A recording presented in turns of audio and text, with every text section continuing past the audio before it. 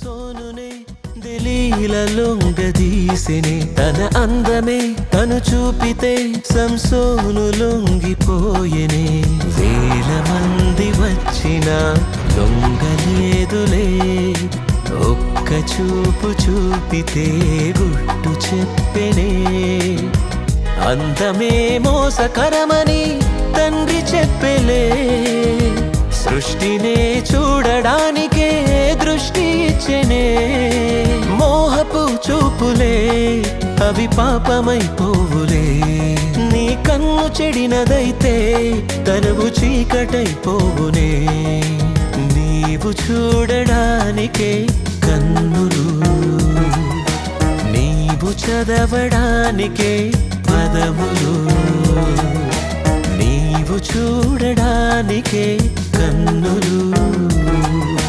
నీవు పలుకడానికే స్వరములు సోనునే దిలీలలొంగదీసెనే తన అందమే తను చూపితే